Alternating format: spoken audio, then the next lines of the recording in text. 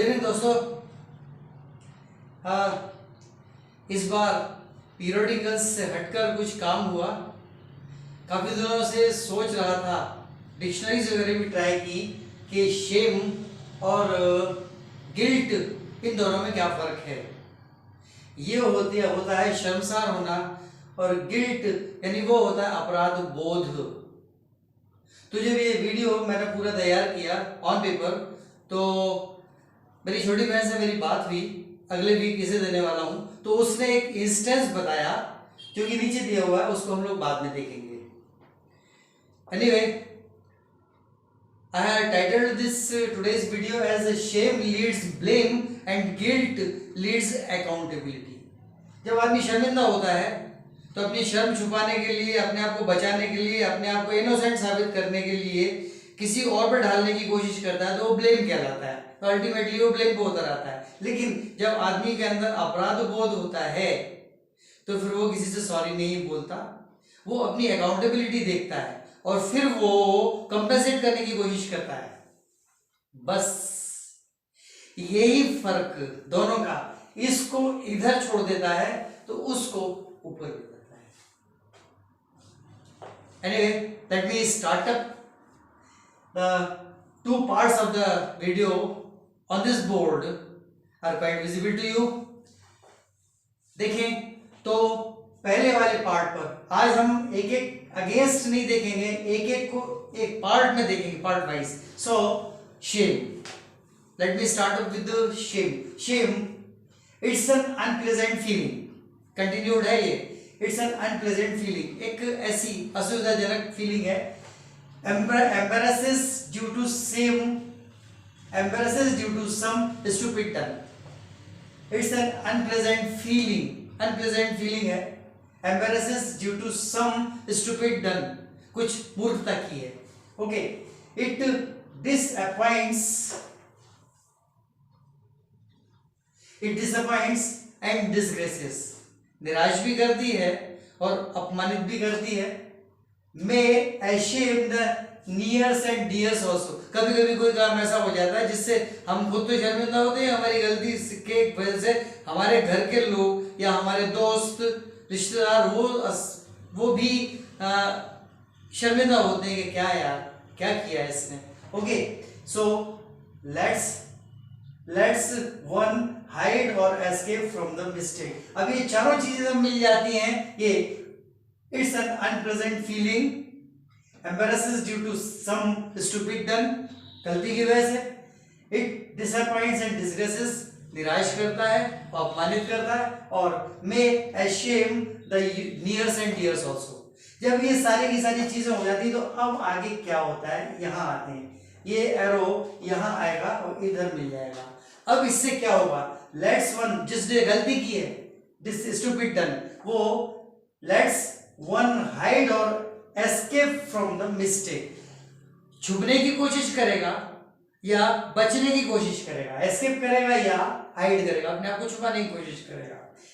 And blame someone else और circumstances, दूसरे को ब्लेम करने की कोशिश करेगा या परिस्थितियों को ब्लेम करने की कोशिश करेगा। और समटाइम्स लाफ्स एट अदर्स, दूसरों पर हंसेगा। एंड सेज, और ये कहेगा क्या, I have done it just to befool you all, मैंने तो ये सब तुम लोगों को बेवकूफ बनाने के लिए किया था, अदरवाइज मुझे पता है कि गलत है। And it means you all are befooled, and it means it's only a comedy। ये एक कॉमेडी है जो मैंने की है। कितना अच्छा कॉमेडियन हूं क्या बोले यार, क्या कहें ऐसे लोगों के लिए। सो कॉमेडी के बाद क्या means it's only A comedy, हा हा हा। इसको मैंने रेड से अंडरलाइन किया है, उधर वाला देखना ग्रीन से किया है। ओके,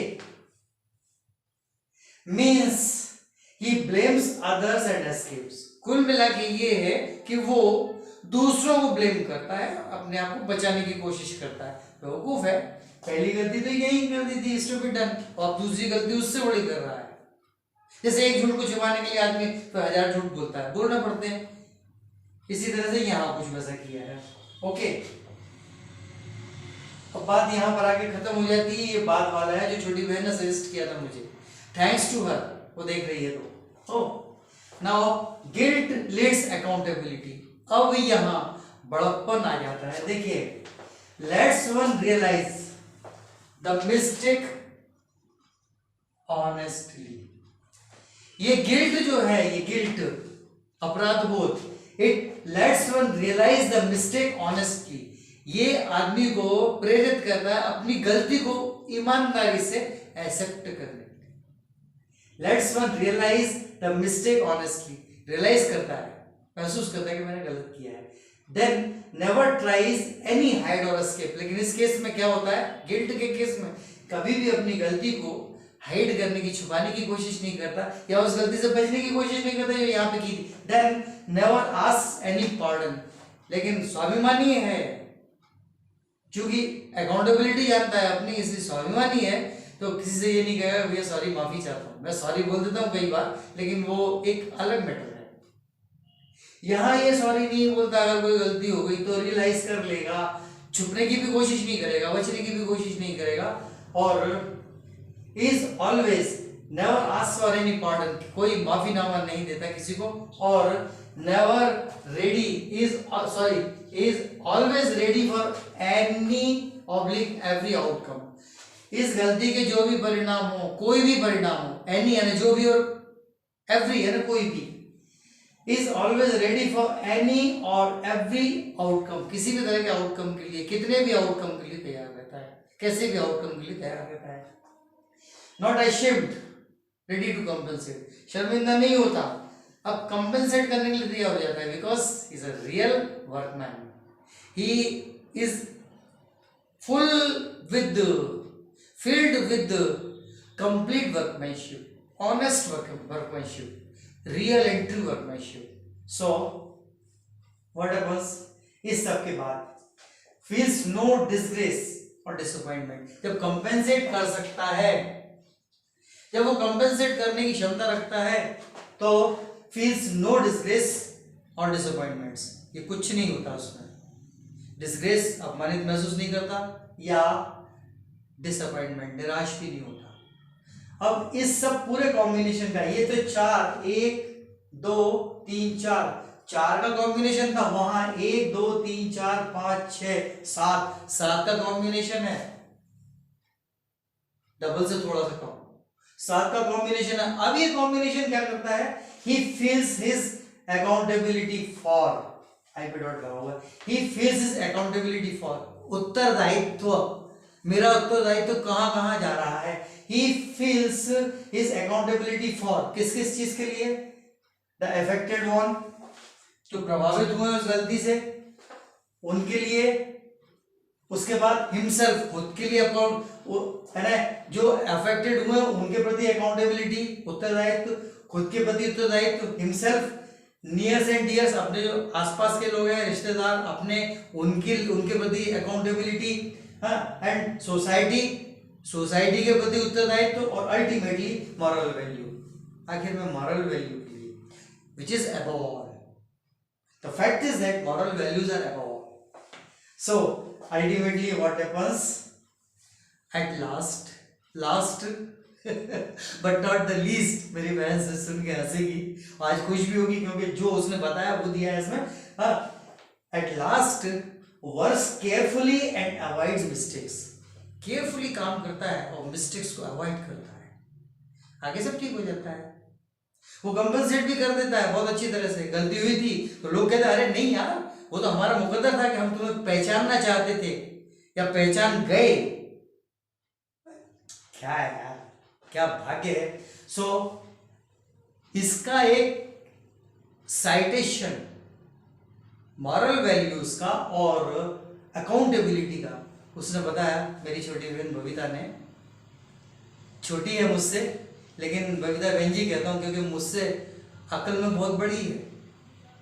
वाह, उसने बताया कि भाई साहब ऐसा ऐसा होता है अमेरिका में और दूसरे कई देशों में, जो ऑफिस वर्कर्स होते हैं वो उनमें से जो सबसे पहले पहुंच जाते हैं वो ऑफिस कैंपस के आगे जहां जगह होती है वहां बहुत दूर जाके गाड़ी खड़ी कर देते हैं और ऑफिस चले जाते हैं क्योंकि उनके पास टाइम है। फिर भी वो अर्ली पहुंच जाते हैं तो उनका जो बायोमेट्रिक होता है थंब वो अर्ली लग जाता है। उनके पीछे पीछे जो आते हैं उनका वैलिड टाइम लगता है, लेकिन एक के बाद एक जिनके आते चले जाते हैं, बाद में उनका बायोमेट्रिक कॉल फिनिशिंग अप पे एग्जिट कॉल आता है, तो एक एक उनमें से उठ के जाते हैं। तो ये चूंकि पहले आ गया था इसलिए सबसे पहले निकलता भी है, तो सबसे पहले निकलेगा तो उसके पास इतना टाइम है कि आगे तक चला जाए। और जो बिल्कुल राउंड द क्लॉक आ रहा है, बिल्कुल लास्ट मोमेंट तक आ रहे हैं, उनको गाड़ी पास में खड़ी करके जल्दी जाना होगा क्योंकि वहां का टाइम मिलाना है। सो ये अकाउंटेबिलिटी है उसकी कि मैं सबसे पहले आ गया तो गाड़ी पीछे खड़ी कर दूं ताकि बाद वालों के लिए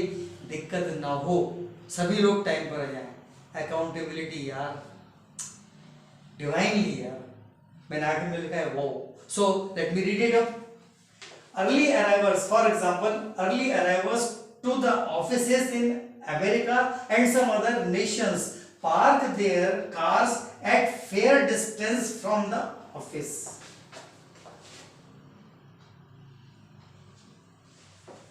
Early arrival to the offices in America and some other nation park their cars at fair distance from the office, leaving enough space for those coming next to them. Late का नहीं लिखा है, next to them, quite near the office, बिल्कुल office के पास है जो बाद में आ रहे हैं। केयरिंग देयर कंफर्ट, ये उनका कंफर्ट है, ज्यादा भाग दौड़ ना करनी पड़े उनको, उनका कंफर्ट है। Next to him and next to them, जो पहले जाते हैं उनसे बाद में आए हैं।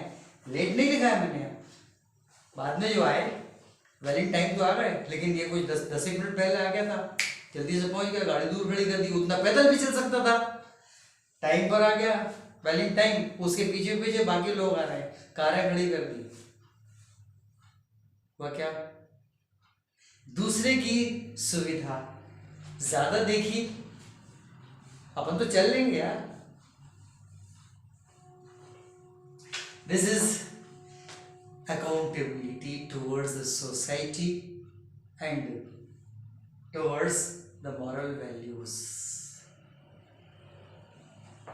बस लाइक करें, शेयर करें, देखें, बस राइट।